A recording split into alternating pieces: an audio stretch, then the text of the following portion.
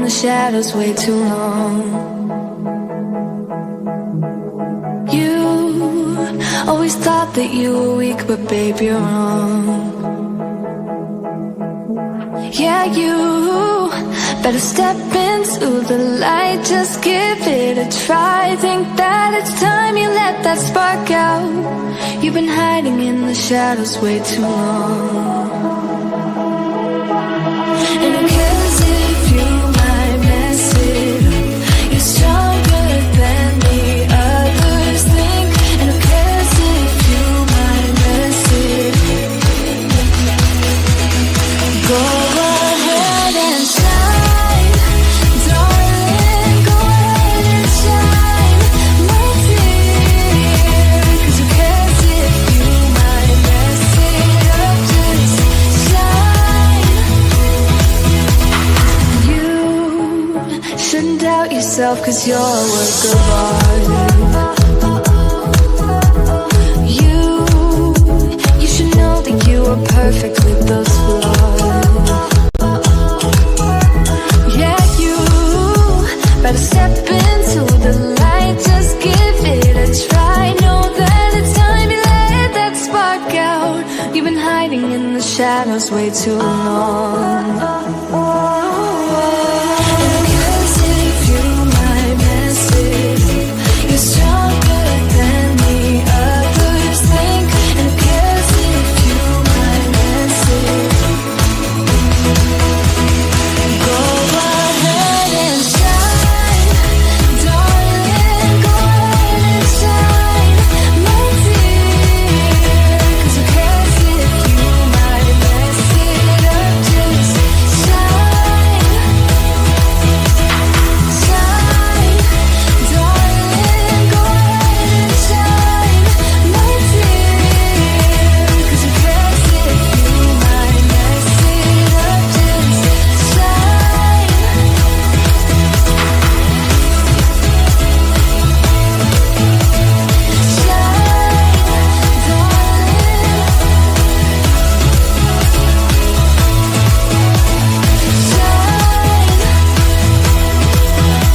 And who cares if you might mess it up? You're stronger than the others think. And who cares if you might mess it up? Shine, go ahead and shine, darling, go ahead and shine, my dear. 'Cause who cares if you might mess it up? Just shine, shine, darling, go ahead and shine, my dear. 'Cause who cares if you might mess it up? Just shine.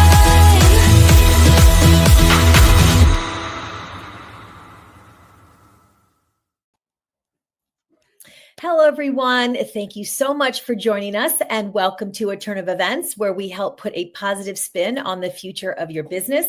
I'm Annette Nave, the founder and creative director of Nave Productions. We're a strategic event production company based in New York City, specializing in corporate, social, nonprofit, and weddings. I'm also a coach for wedding and event planners who are looking to start their own business, wedding and event business, or for those who are struggling in their current business. If you are a wedding planner or event planner and you would like to join our Facebook group, please join us over at Event Planner Society. There's a bunch of driven, creative, and passionate wedding and event planners in there. We bring planners together from all over the world to network, gain referrals, improve your mindset, and build their businesses. So please join us over at Event Planner Society. I'm super excited about our next guest, Wendy Kay. She is the owner and creative director of Birds of a Feather Events. Thriving on creating something from nothing, Wendy welcomes the creative challenge and complex logistics required to literally build an event from the ground up. From design conception to collaborating with the creative team and directing the day of execution. Wendy respects each stage of the wedding planning process, considering the journey just as important as the destination. A former television producer, Wendy transferred her talents from directing live TV to weddings.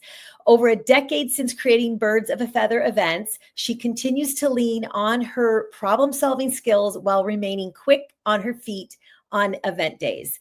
Named a top wedding planner and event designer by Martha Stewart Weddings and best wedding planner in America by Brides, Wendy really is an idea machine. Whether cozy interiors, artful window displays, or wizardly words, Wendy uses her love of design, set design as inspiration to translate the stories of her clients through expected details.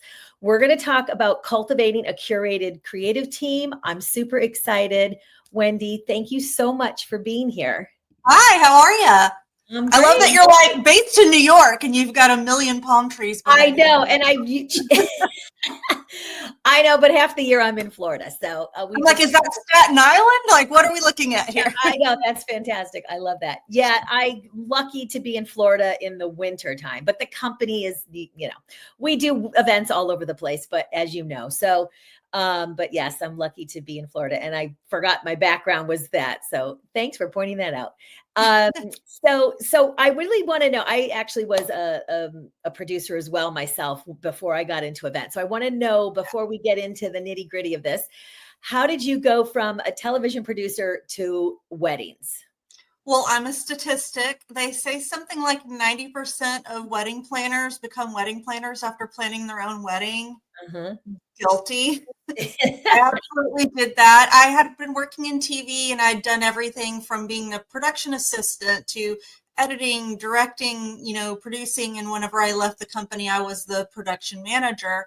But my creativity was really stifled working there. It was an old boys club, and everything they did and produced was for rural America, which is not my vibe at all. I'm a city girl, even though I don't live in the city. I live in the suburbs. I just wasn't into cattle and dairy milk and horses and all of that stuff. And so I planned my own wedding, and I'm like, this is a really great creative outlet for me. And I started helping other people plan their wedding. And I'm like, this kind of is the best of both worlds, because I can use all of those type A personality traits that I have producing, and all of those day of aspects that you need on a wedding day come in when you're directing live TV. We always used to say, we're going live whether you're ready or not. And that wedding day is happening whether you're ready or not. We like to say that our jobs are kind of like contractors, but not really, right? They're like, 3 more weeks. And they just keep giving you these imaginary deadlines that never seem to happen. Well, weddings don't work that way, right? The wedding is happening on the date that the wedding's happening, and you better be ready for it. Yeah. So I thought all of these skill sets that I already have transfer over to this, and I get to do the creative stuff too, that I'm sold on that. Yeah. And so I kept that day job for a year. And then after a year, I was able to quit and run my business full time. That's fantastic. I love that story. And I totally understand that. So, all right, so let's jump in. So what does it mean to have a curated creative team?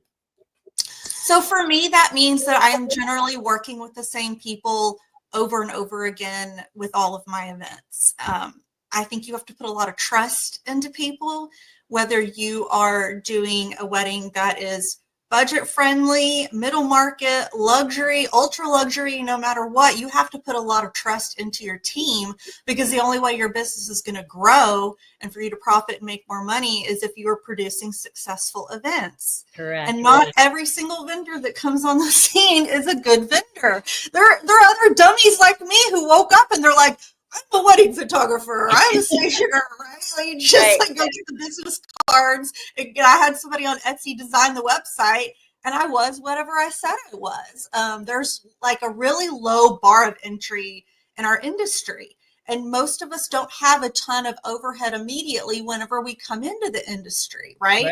Right. We have an entrepreneurial spirit. That's what we have. And we just start the work, and we realize that some of us are really cut out to be business owners, and some of them just aren't. Right. You can make pretty paper, you can make pretty flowers, but you can't run a business, and you currently are unable to pay somebody else to run that business for you, so it fizzles out. So Yeah. that is extremely important to me, that I'm bringing people on that aren't going to make me look bad, right? Because I made them look really good when I sold them to the client, and I need them to do their job the rest of it by killing it, knocking it out of the park, doing everything they said that they were going to do, and meeting client expectations. Yeah. It's definitely a reflection on you. If your team and the people you're Sure. recruiting are not good. When I first started, which was 15 years ago, I Same. didn't 2010. yeah. I did not have a team, obviously. It was me trying to figure out. I had done events for 20 years prior to that, but I had no clue how to run the business, and I couldn't even find anybody to coach me on that because they weren't really doing that back in those days. Right. So, so I hired a VA. What's this VA thing that everybody's doing? So I hired a VA. She came in half of the year. I was like maybe 6 or 7 months into the business. I hired someone to kind of just help me with some things I needed. You always should have someone on site with you. You should never do an event by yourself. That's just a complete disaster if you do. And of course, when you first start, you don't know that. You're like, oh, I can go take care of this wedding and all by myself. Never going to happen. So it's horrible when you do that. So I started out the same way. And then of course it's grown and grown and grown, but you really, and then I remember someone telling me they did not allow anybody to bring in, like, Aunt Betsy's gonna make the cake, and their friend is the DJ, and we don't like that either, unless it's someone like it's like there's so many limits to that, but we do not allow people to bring in their own friends and family and things like that as well. So I think that's, when you do that, it can be a complete disaster, and it makes you look bad if they mess up. Yeah, I actually won't even take on a wedding if they've already selected vendors, unless they're vendors that I'm already regularly working with, Right. because they could be really great vendors. But if we aren't on the same page with what things need to look like, or the communication, the flow of things, then it's just going to be more work for me. And then the end product is not going to be as good. Right. Completely agree. So what are the key qualities that you look for in a wedding planner's dream team? Communication, that is number one. If you cannot respond to an email in a timely manner, or you tell me you're going to get me an invoice by the end of the week and you don't, that's a big red flag to me. I can't work with you because I can't do my job. And again, it's something that makes me look bad to the client, right? We've told the client we're going to get you this invoice by the end of the week because that's what the florist, the stationer, whoever told me. And then when it doesn't happen, my client's never even spoken to the florist or the stationer. So a stranger isn't going to get blamed. I'm going to be the one that gets blamed. And all that goes back to trust, right? The communication end of things. And I do think a lot of vendors kind of drop the ball on communication for sure. The creativity is another huge one. I need you to be on the same level as me. And that doesn't mean like I'm some amazing creative. It just means that we need to have the same vision for things, right? There are people that do very glam ballroom events and they have their own creativity, but I don't do that. So those two things don't mesh together. I can't bring somebody onto my team that is their zone of genius when that's not what I'm producing, because what's going to come out is a big old mess. You know, like conjoined twins is going to come out of that, and it's not going to look good, and the client's not going to be happy. I need them to have the same vision as me, because the client hired me. They've seen my portfolio and my work, and that's what their expectations are. So I can't just bring anybody in. They sent me a cold email and they're like, our vision is the same. We should work together. And then I go look at their Instagram and the stuff they're posting is completely different than anything that I do. And I'm telling you, I'm sure with you as well, that happens constantly. The constant cold DMs, cold emails, please give me a job. And I'm like, I don't know you. I can't help you. But yes, the creativity is extremely important. The communication is very important. And just knowing that person can handle the stress of this job. And they're not going to crack under pressure. Whenever we get to the wedding day, they're going to deliver. And I also need to know how the people on my team are motivated, right? on a wedding. I find that most of my people are motivated by potential disappointment. So it doesn't help me to walk around and yell and scream at people on a wedding day. Like I don't enjoy that. Nobody else enjoys that. It's far more productive to walk around and look at your watch and tell the florist, does it look like you're going to finish on time? That's all you need to say. Yeah. And then they get it into gear and it gets done. But I've realized that most florists that are the most creative florists, the deadline, it doesn't exist. They just keep going. They just keep touching things and moving things until that first guest walks into the space. And then they're done. Yeah, you made a couple really good points. One is you need to make sure that you're communicating with your vendors on site. Okay, we have an hour to go. Like they're not paying attention to the time. They're being creative. They're doing their thing, which is great. That's what we hired them for. But you have to make sure that you let your vendors know what the time is, because they could go on forever, as you said. And the other thing was, you said you don't do these ballroom event, weddings and things like that. So that's a thing that's really important, is getting clear on what is it that you are specializing in. So you do tented weddings and things like that, right? Destination. Yeah. So it's important to know there are differences in this industry. I mean, if you do everything, then you do, but it's very good to be clear and understand. I do corporate stuff as well. And when I hire a DJ that's going to do a corporate event, it's got to be a DJ that understands how to handle or run a show that's an event, not a wedding. It's a totally different thing. You're not on a dance floor and you're playing. There are different times that things have to happen on the run of show when it's a corporate thing. So it's totally different. So and even photographers that are wedding photographers the corporate photographers might not have ever shot a wedding. So you need to make sure that you're clear on the expertise of these vendors, right? Yeah. I mean, most of the people that I work with, I have been working with for a decade. Yeah. And I'll bring somebody new into the fold every once in a while. But when I say new, I mean, I've been friends with this person through networking for probably 5 years. And I'm just now getting to work with them because I need to build that trust up with that person.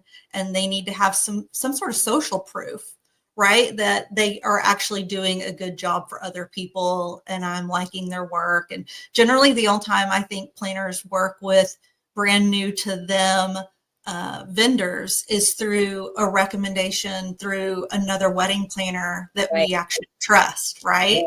Because even if you're working in that lower middle market or budget sector and you've just started your business, you're probably still, if you're successful anyways, or on your way to being successful and are business minded, you're probably not one of those people going on Facebook and just doing an open call in, your town's Facebook group of, I have a wedding and I need a baker and I need a florist and I need a stationer. And you're just kind of taking anybody on that comes your way. Generally, it's people you've probably met at like local open houses or networking events, or if you're in WIPA or any kind of group like that, these are people that you've probably had some sort of connection with. Right. I think a lot of that goes back to us being women as well, right? Yeah. Trust issues, like we need to vet you and make sure you're cool and you're not going to be weird. And we're not just picking up anybody off the street generally. Yeah. That's so true. Like if you recommended somebody to me, I wouldn't even think twice about it because I know your history, you've been in the business a long time and what level you're at with your weddings and things like that. So you definitely want to be clear on who is referring somebody to you because that's important as well. So yeah, that's great stuff. So how do you balance artistic vision with logistical expertise when selecting team members? I mean, sometimes that's difficult, right? The people that are ultra creative, you've got to make sure that they have a team of people surrounding them that are going to do all of that logistical stuff because they're either not capable of it or they've put themselves a square peg into a round hole and they just keep hammering with that mallet to get themselves in there, but it's not really where they excel at. So most of the people that I work with, photographers, stationers, florists, they're not an island. They're not solopreneurs. They have other people involved in their businesses that are doing these things that they are not the greatest at. And that's important to me whenever I'm bringing people on, that they have that end of it. Because like I said, people get into this industry because they want to do the thing. They want to plan weddings or make pretty flowers or bake cakes, take photos, but they're not so good at making the timelines and returning emails and sending invoices on time and all of the other things that we have to do as business owners. And I kind of have a one and done policy, you know, like in baseball, it's 3 strikes, you're out. But with me, it's just 1 strike. If we work together and you make a big mistake, then that's probably going to be it for us. We might still be friends. That's fine. But I can't bring you on. I can't force you upon my clients. I can force you upon my personal life if I want somebody who's irresponsible to hang out with, which I have a ton of friends where I'm the mommy. In every situation. But as far as like bringing my clients along for the ride with that, I just can't do it. Yeah, I completely understand that. We have to understand their team. Yeah. I mean, I don't know what it is about the vendors I feel like I'm past that now, but in the beginning, obviously I was, teaching these photographers, like, your invoices can't look like that, or you've got to pull a package better together than this. They just, somehow the vendors are not running their businesses the way they should be. So it is a tricky thing. I've come across it a lot where I've had to kind of help them. And then now, I mean, I'm at the point where I don't do that, right? I can't have a client. I can't have a photographer who's a mess, like running their business. That's you have to hold their hand. I mean, during COVID, I hired a violinist, strings musician, and it was for a destination wedding. And it wasn't a market that I normally work in. And it was a referral from the venue that I trusted. And we just needed some string musicians for the ceremony. And so I hired them, and they're like, okay, cool, we'll be there. And I'm like, no, I need a contract. Like, I need to give you a retainer. Like, what are you doing? We need some skin in the game here. And they're like, oh, well, ever since COVID, we had to refund money and do this, that, and the other. And we don't want that. So we just want to get paid the day of. And I was like, let me teach you how to run your business. Okay, you need to send me a contract. You need a 50% retainer. It's non-refundable. That is what a retainer is. You're retaining for the date. And then you're a strings musician. You guys cost like $700. Like, my client can give you the $350 and not get it back if something happens or whatever. Right. Or you can put in there that, if we have to reschedule, it's this kind of fee. Like, this is your business, honey. And so I've had to get on a phone call with her and teach her how to write out a contract, just to get them hired for this job. And I thought, you know what, this is your charitable work for the year, Wendy. Like, I was already, coaching for a living at that point anyways. And so I'm like, I'm going to help these poor people out. And then we have a contract with them, and my client has given them money, and I feel more comfortable that they're going to show up the day of the wedding. And we do some of these things to calm our own anxiety, right? Right. Like, yeah, for sure. I don't want to look like an idiot with my clients. So sometimes I do have to worry for 6 months. I know. Is the string musician going to show up? Like, I don't have enough Alexa Pro to like damp down all of these little thoughts in my head from these different vendors that we have to deal with. I know. One of the other things is, we are actually doing a wedding at a ball, it's a ballroom wedding. That's what they wanted. It's friends of ours. Their daughter's getting married. So here I am, but they're a really good client. But, and it's preferred vendors. And so I'm nervous. Now, a lot of them I do know. And it's like, we're talking like a whole list. Every kind of category you could think of is preferred. And it's insane. But luckily, I've been in the business long enough. I know a lot of the vendors. So I'm picking the vendors that I know that are working. But it's, luckily they're professionals and they're great. But it is tricky if you get it to a venue that has all preferred vendors. I've never seen anything like it. And of course, we have to pay the venue. So they're getting a kickback, which it's just slimy. I don't know. I just feel like I've had a wedding in Alice Beach before they switched over to only letting people that live in Alice Beach get married at Alice Beach. And they had vendors and it was long and we had to choose pretty much everybody off of that. I think the only person I was allowed to bring in was the photographer. And I had to get vetted to be on the list. But the thing is this client had already hired me and we were going to do a private estate backyard wedding in New Orleans at her family's property. Then her and her mom got into a fight and I'd already flown out there several times and everything. They got into a fight and decided that they're going to move it to Alice Beach, which is where she grew up vacationing. And I'm already deep into it at this point. And so then I had to make a decision, do I want to pull out and deal with, potentially refunding them because I've decided to quit, or do I want to forge ahead because this is a nice venue, people want to get married there. Right. And I forged ahead and then I said, never again. Yeah. Never again. And then they stopped doing weddings there, for outsiders anyways. But yeah, I just didn't like that format.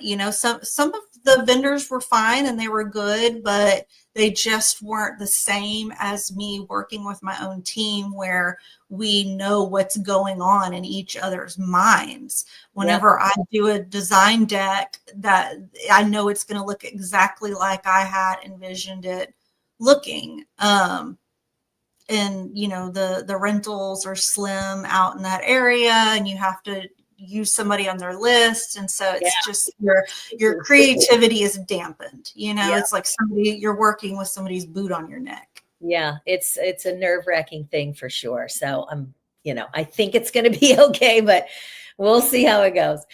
Okay. So how do you create an environment where your event team feels inspired and motivated? I try to make everything creative myself. So generally before the florist or stationer or anybody gets started on anything, I'm making design decks. So I make little mini inspiration design decks to take to the stationer because that's generally our first touch point. And then I make full design decks before I ever even go to the florist. So we hire the florist. We base everything on the florist's minimum. And then once I actually do the design, which is a little bit closer to the wedding, that's when we can actually get an invoice from the florist. So most of my clients go into this.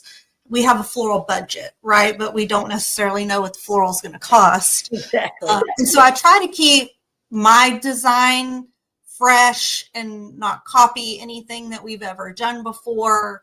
I do consult with the florist and say, hey, is there anything you've been wanting to do that you feel is a little out of the box? Because I have this client and I think it could work for them. So then they get a little bit of a chance to be involved in that part of the design. And then the photographer, I'm usually involving them as well. If we're in a tent, I'm like, okay, and we're going to put the tent here. The light's going to be coming from this direction. Should we put the altar on this side of the tent for the ceremony or the other side? Where do you think the band should go? And I get them involved in all of that before I even get started. So I think that my vendors feel like they're pretty involved in the entire process. So by the time the wedding actually comes, they're excited to be there that day because they know exactly what's going on. They've gotten to know the client as much as they're able to. Generally, the florist never even meets them until the day of, but I talk about the client so much and the things that they love, and we go through the design, and I'm like, they hated this, we did this instead, and I had to fight for this one thing, and so we've got to make it really great. And I think involving them in that way makes them a little bit more. Yeah, I love that. I try to do the same. I think that's great. So what roles does the team chemistry play in event success, and how do you cultivate that? Oh my God, that's everything, right? Like having rapport with somebody that you've got to work with all of the time is everything. And so, the core people on my team, I am friends with them in real life. They're the people that I call when anything important happens. They're the people that when I had a full one of those mommy makeover surgeries in July, we're the ones getting the nudes, after the surgeries over having to look at all of my scars and blood and drains and everything. Oh my Those goodness. are the people that I rely on. And so I think those are the people that people want to work with. They want to have a good time on the wedding day. The worst thing about planning a wedding is the wedding day.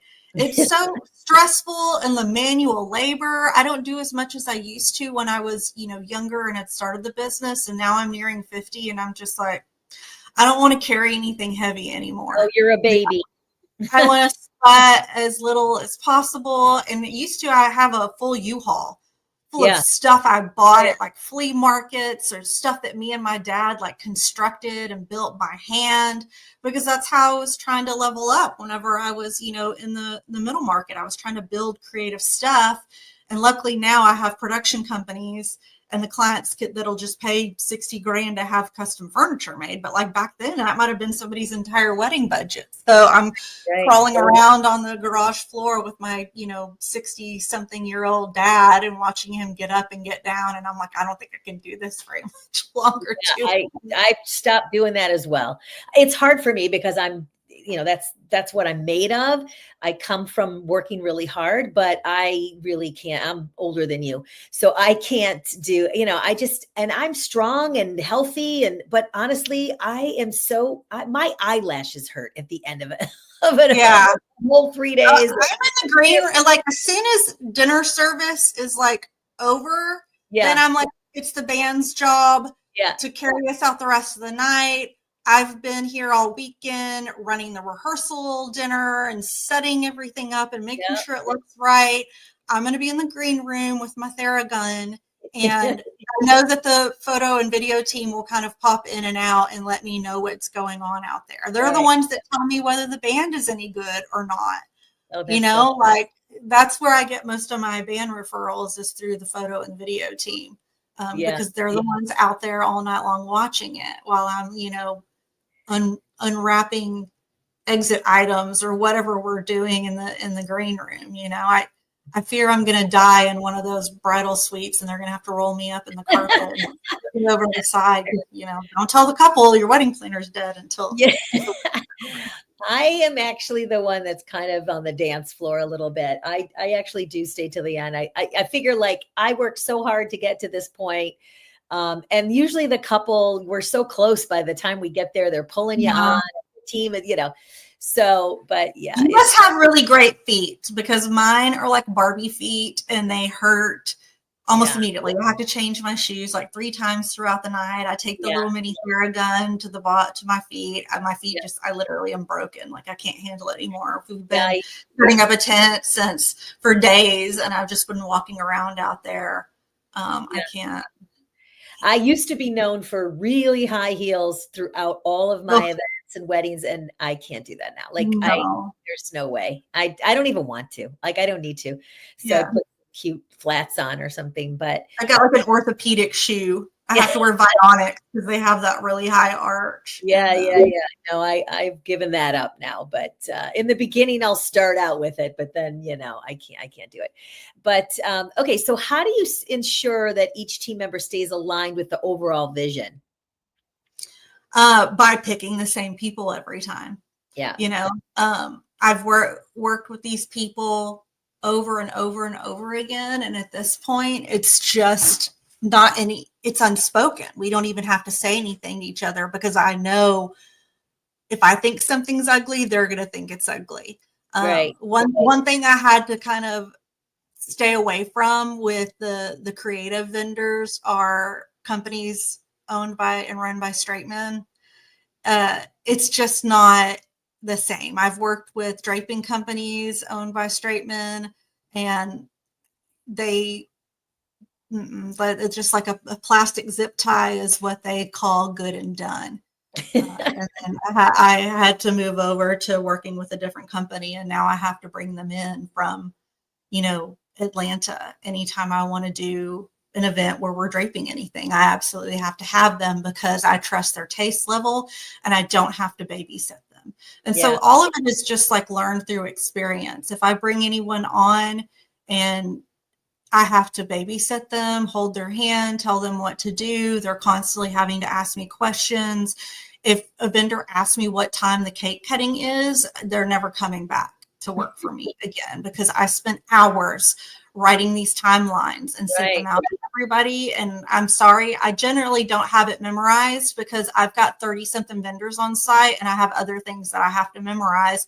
And you know why I don't have to memorize it? Because I wrote it down. So go look at it. Go look at it. It's so true. So how do you give constructive feedback to creatives without stifling their innovation? So we always have postmortems after weddings are over. Mm-hmm. And generally these are things, I don't think I ever bring anything up and the vendor is surprised by it. If they are surprised by it, then I know that they're not somebody who needs to stay on the team, right? It's things we bring up later, like, and it flows freely back and forth. So we had one wedding and the photographer said, next time I need the lighting guy to stay in the tent during the photos that we're taking of the details, because they disappear and then there's no one there to turn the lights on and off the way that we need them for photos. And so you need to make that happen for me. Great. Thanks for telling me. Also, we know we need more people lighting candles in the tent. We didn't have enough people lighting candles while we were taking photos and it was a problem. Great. Thanks for telling me. And so it works both ways. It's not just me like lecturing at them saying things went wrong. It's things that we can see happening during the wedding. And over time, those things have gotten smaller and smaller, and things that the clients and guests aren't ever going to notice, but it's things that would make our lives a little bit easier. But in the beginning, it could be things like, we didn't have enough centerpieces and this looked bad. Just things that you learn along the way. A big board. And I also have to work with people that understand the level of clientele that we're dealing with now. They know how to behave around high net worth people. They know how to speak to them. Their sales process is in order if they ever do speak directly to them, which generally I'm the one doing all of the selling for my whole team. And I think at this point, potential clients come to me because they can see that I have a consistent, cohesive team, and they just expect that they're going to end up working with those people as well. Right. And that's a good point about, all those little details, like when you're working with vendors that know you, they're going to know all those little details that you like or don't like. And so when you have a new vendor, it's like a nightmare having to remember, okay, what are the things I have to make sure that they're going to do? So you're making me remember all the stuff I got to talk to this decor team about that I've not worked with before. It's nerve-wracking. They better have enough people to put those candles together, right? We're going to have a lot of candles. So I'm going to double check that. But, those are things I take because my florist will hire a candle company to come in because she knows this exceeds what I can handle. So I had a wedding at Kiowa Island and we did a lot of candles, and she was like, this is destination for me. I am bringing in a candle company. And so she knew that that's something that needed to happen before we ever even sent the invoice in the first place to the couple. It wasn't something that occurred to her later on or during the wedding. And it's because she's seasoned and she's done this before. Right. And that's why it's hard working with people that aren't as seasoned. And I know that's frustrating to those people because they just want to get in with, planners that are working at a luxury level, but you have to go through all of the bullshit and learn all of the lessons and have the failures so that you can learn from them and then have the success later on. And I just can't trust you with somebody's, multi-million-dollar wedding when you haven't been doing this long enough and you haven't learned all of the lessons. Yeah. You don't have hot glue gun burn marks on your fingers. I don't trust you. That's so true. So how do you manage last-minute changes and creative differences in high-pressure event planning, wedding planning? Oh gosh, last-minute changes. I had a wedding during COVID, and I really didn't do that many during COVID. Most of my clients moved their wedding date, and we had one that was like 30 something guests, and it was just going to be a small dinner. and there were protests happening in the area. And the weekend before, the protesters came up into a rehearsal dinner and were harassing people eating. And I'm like, okay, we have to move this wedding. So in 48 hours, I had to move an entire wedding to a new place. And the vendors just go along with it because they trust me.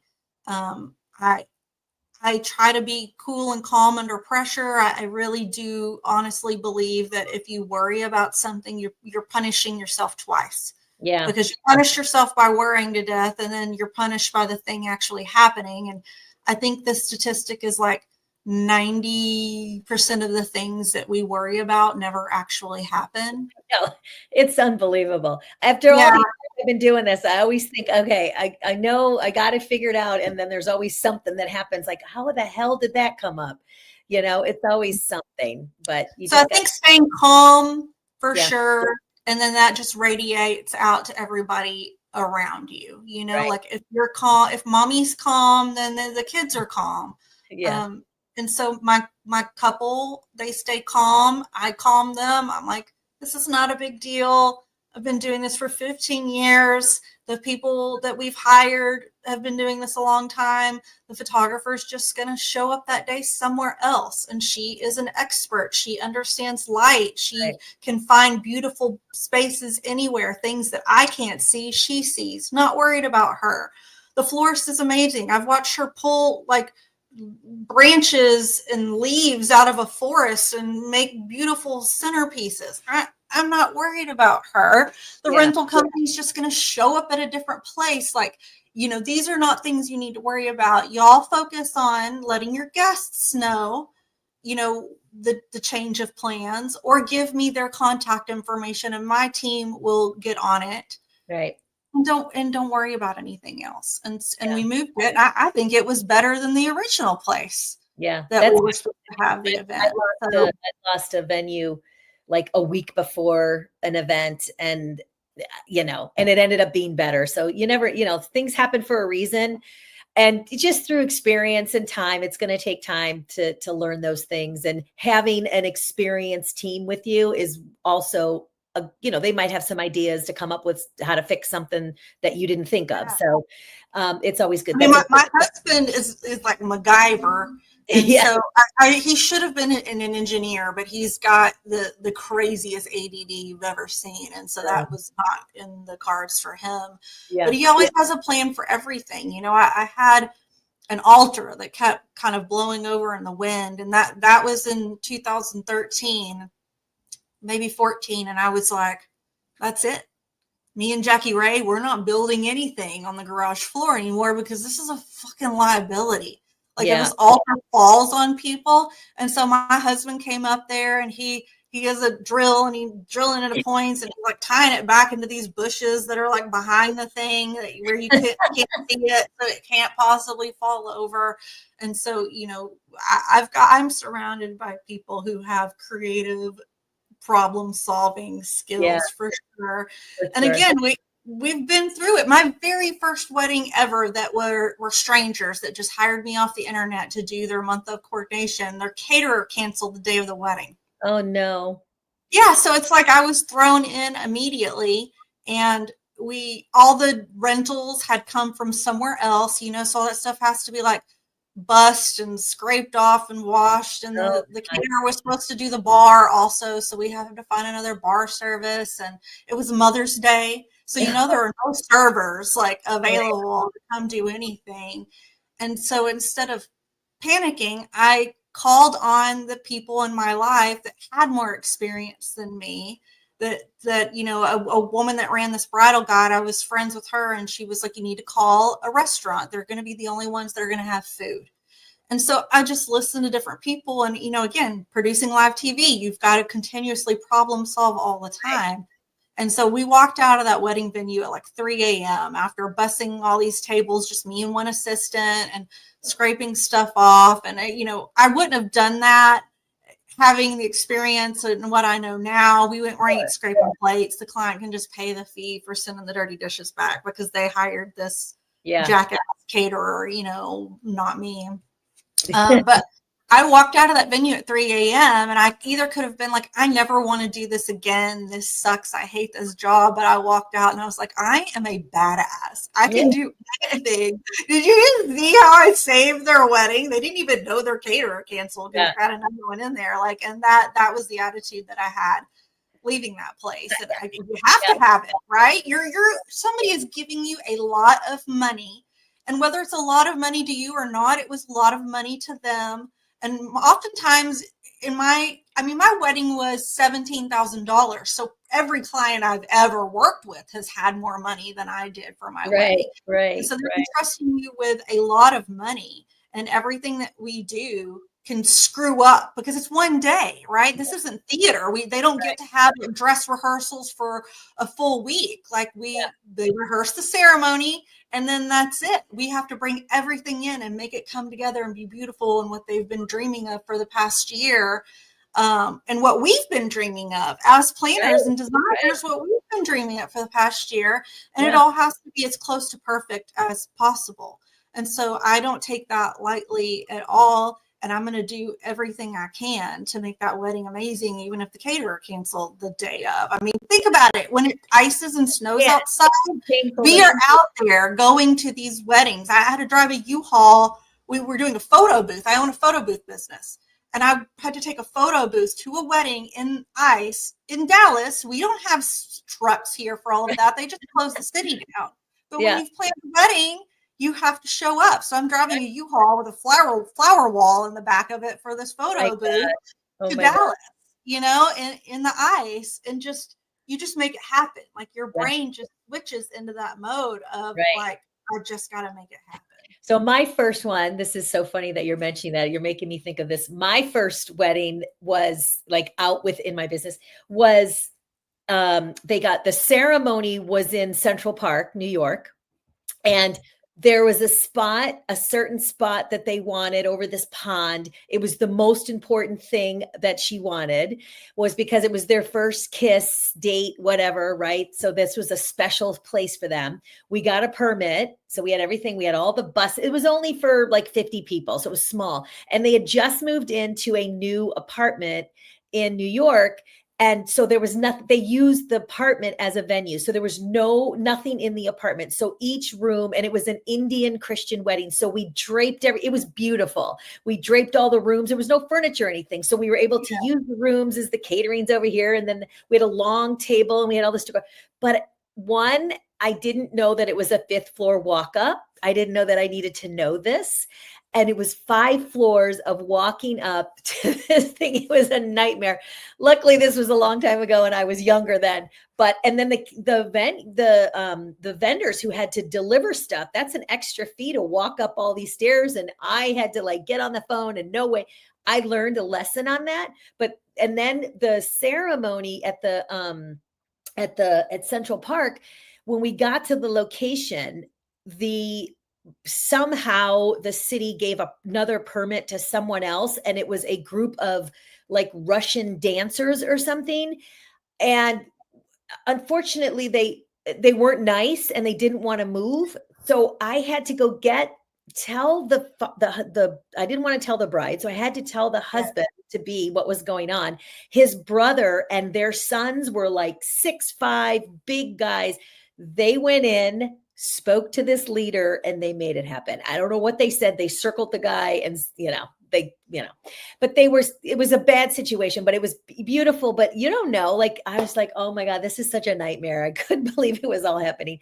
It was a lot of things that happened at that wedding. The mother didn't want the wedding to happen because she was Indian. And so she threw herself on the floor and we had to get a wheelchair on Labor Day weekend. It was like a whole thing. So like these things happen, and it all turned out, they were so happy. We're still friendly to this day. So that's good. But it ended up being beautiful. And the caterer, they served food, but they had it delivered. So there was nobody to serve. So we were doing the same thing. We were washing and I was like, oh Lord, I wasn't planning. And I mean, like when you have your ride or die team with you that you can trust on and count on, then you know that you can focus on what you need to focus on, because they are definitely focusing on what they need to focus on. And we're all a team. We're together. We're making it happen. And no one's just like, screw this and leaving you high and dry. Like No, they're I all mean, going to show up you for just you. gotta, you just jump in, but I'm sure between the two of us, we have a million stories. So this is great. But so last question, but I do have a little lightning round that I'd like to ask you a few questions on. What advice would you give someone who's just starting out in event curation and looking to build their dream team? Do it slowly. Don't rush into things. Build relationships with people because you like their work and you like them.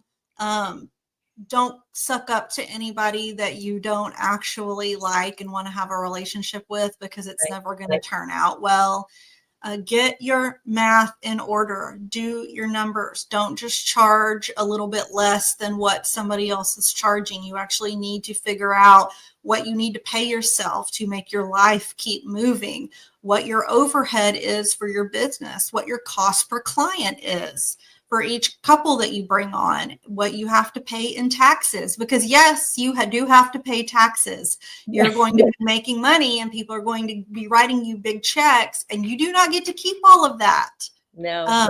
Not at all. You got to be ready to send to the government next year, but actually get some sort of business knowledge, or you can really get yourself into trouble. Yes. You know, get insurance, get some sort of mentorship, whether it's a business coach or another wedding planner or some sort of community, because you cannot do this by yourself. You need other people to bounce ideas off of. Yes, for sure. I am, part of many groups where I was going to say that it's really important to, have a community of people who are going through the same thing, where you can call and get advice or recommend, referrals of something. And so that's really, really important, and definitely getting someone to coach you along the way. I've had many coaches. I know you guys have a program, and I'm actually in it because I want to meet, other planners in there. And, even for myself, it's even though I coach, I still have a coach. So you got right. Yeah, you never stop learning. I'm getting to a point where I haven't produced a wedding in a little bit. I've been on what I call a sabbatical, like a sabbatical for baddies. And I'm going to get back into things because I feel like I can't properly coach other people if I don't have my kind of finger on the pulse of what's going on at any given moment, because our industry is changing so much, so quickly. Every day it seems like something's different. Right. And so I'm starting to take on clients again, just because I have that creative itch. Yeah. But also just so I can kind of keep up with what's going on in the industry and remain relevant. Yeah. It changes so quickly that you definitely need to. Okay. So we're coming at the end here. I would like to ask you a couple little questions, if you don't mind, about just personal things here. So who is someone who is inspiring you at the moment, and why? I love everything Laura Ritchie does with Grit and Grace. Love her, love her, love her. And then Blake Sams, I think he's doing some incredibly creative stuff that we just don't see all of the time. So both of those people are very inspirational to me as far as wedding planners go.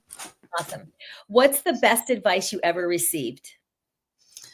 Ooh, that one is tough.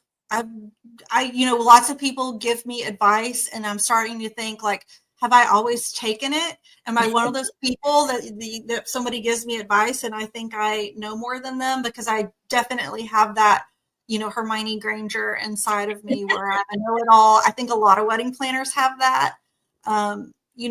We do education for every single kind of wedding vendor, and the ones that sign up the least are wedding planners. And it's because they don't want to learn from other wedding planners. That's so funny. I love learning from other planners. I think that's great. Yeah. Too, because also everyone's at different levels. And, it doesn't matter where you're at, you need to learn. I mean, it's great. I learn something all the time, even though I teach. So I love learning. I don't know that this is the best life or whatever advice I've ever received my whole life. But when I started planning weddings, a friend of mine that was in my wedding planning association that I joined told me to never do an Indian wedding unless I understood the culture. Yeah. She's like, leave that to the Indian wedding planners. And I didn't understand what she meant at the moment. And then I did like a month of coordination for an Indian couple. And I was like, oh, okay. I'm going to leave it to the professionals. I'm going to find somebody who, does design similar to mine, but is an Indian wedding planner. And I'm going to send all the clients that come to me to this person. Yeah, that's awesome. Good business advice. So what are you most looking forward to this year? I'm taking my annual trip to Universal Studios next month with my bestie, Ryan Greenleaf, and I am very excited about that. And then I'm hoping that by the end of the year, we can start putting an addition on our home. I have resigned myself to the fact that I am stuck in Texas because my in-laws need care and my husband has to care for them. And then as soon as they, unfortunately are no longer here, it will probably be time for my parents to need care. And I'm an only child. So I want to put an addition on our house, and that's what I am very much focused on right now. And then, I'm going to do a couple of weddings in the fall. I just signed up with a marketing team and they're going to start marketing my business again. So I'll take on a couple of weddings for the fall. That's fun. That sounds like great stuff. So one last question. What's the favorite tool that you use in your business? I still use Aisle Planner. I'm an Aisle Planner fan. I like having everything there in one place, with budgets and all of the timelines and invoicing and contracts, and I can do everything in one place. And then I rely on Trello for my daily to-do list. If it's not on my Trello, it's not happening. It doesn't exist. I just can't seem to figure it out. I set mine up like a calendar. So I have 365 to-do lists basically, and they're labeled with the date. And I put everything that I have to do for that day on there, including like links. So like the link that you sent me for this, it went in there and I could just click it straight from there. Yeah. Any kind of reoccurring Zoom meetings we have, everything is set up for the year in there. And that's how I use it. I use it like a daily to-do list. And then when the day is done, I change the date and move it to the end and change it to 2026. I can't seem to I don't know why, and I'm super tech savvy, but my team uses it. Some of them, my marketing team and stuff, they just know I can't do it. Like my brain, for some reason, just doesn't pick it up. I don't know why, but it's fine. There's things like that. I don't Slack. I don't get it. Oh, you don't? We use it with our integrator team and our ads team, and I'm like, it's just one really long text message thread, and I can never find anything in there that I'm looking for whenever I go to hunt something down. I totally agree. You've been so fantastic. I could talk to you all day long. I just love this. Please tell everyone how they can find you, and why don't you talk about a little bit about your program and what you guys are doing? Oh, sure. Yeah. So if you're looking for Birds of a Feather, I am Birds of a Feather Events on Instagram. I don't really do a lot of Facebooking with that business. On my TikTok, unless you want to hear about, 47-year-old skincare, then that's probably not going to interest you. And then I am one of the co-founders of Educate, Empower, Encourage, more lovingly known in the industry as E3. And we do a lot of business coaching for all sorts of wedding vendors, specifically people that are either in the luxury market or they're wanting to make that leap into luxury. We do have some people that are just starting out with their business that have bought a lot of our courses on our other platform, which is just like evergreen courses that you can buy. It's not necessarily our community. And those people have seen some good results that are just starting out. They want to know how to start everything out correctly so they don't get stuck in that budget hamster wheel forever. Right. And then we have a course that will be starting in the spring called Language of Luxury. And that's really just all of our foundational information about how to work with high net worth clients, how to sell to them, how they think, act, and speak differently. As I'm a middle market person, I'm middle class. Most people that I know are middle class, maybe upper middle class, but they're not wealthy. I didn't grow up that way. And I think we all have a tendency that when we are selling in our business, marketing in our business, we are selling to ourselves and marketing to ourselves. But high net worth clients do not think like us. They don't act like us. They don't want the same things as us. And I mean, I think that's shown in how they live their lives, that if something is not expensive enough, then they don't put value on it.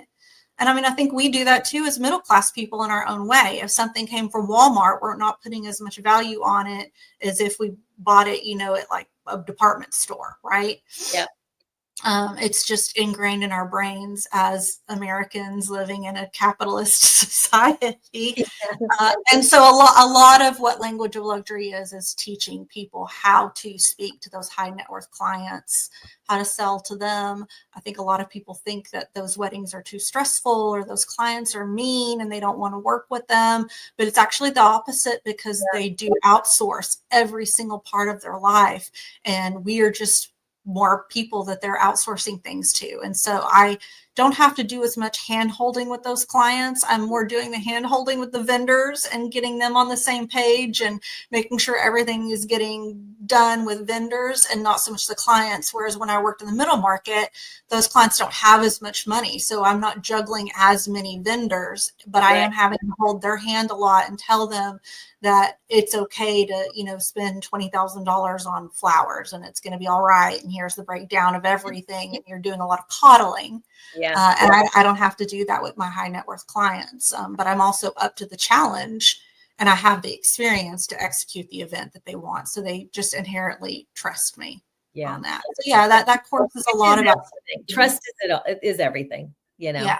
That's everything. When a client says, we trust you, do what you need to do, I feel so great. That just makes me feel so good, because they need to trust us. They hired us for a reason. So yeah, I don't want to work with you if you don't trust me. I know. It's just not going to work. I'm not going to send you a contract. We're just not going to do this. Yeah. We're excited for Language of Luxury. We'll get started in the spring, and you can find us at Educate, Empower, Encourage Library.com for all of our kind of evergreen products, courses. And then if you wanted to join the community, you could find us at educateempowerencourage.com. Yep. And I'm in it. It's great. I love it. So hope to see you guys in there. Okay. Thank you so much, my dear. Really a pleasure speaking with you. Thank you for taking time. And I really love talking to you. Yeah. I'm sorry I didn't fill out the thing before. I was like, I don't know what we're talking about. What does your audience want to know about? Yeah, we did. It's great. It's great. We can talk about just about anything. So, we have, I think we're on episode like 220 in the community right now. We've talked about everything. So. I know it does get to that point. I have quite a few of these as well. And I mean, I love it. When I started this, when COVID hit and everyone was trying to figure out what the heck to do with their business.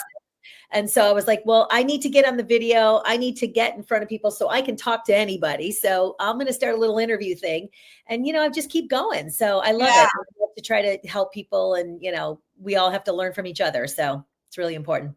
Love that. Thank you so much. Thank you. Okay. Thank you, hon. All right, you guys. Thank you so much. Hope to see you next week, and we'll talk to you soon. Take care.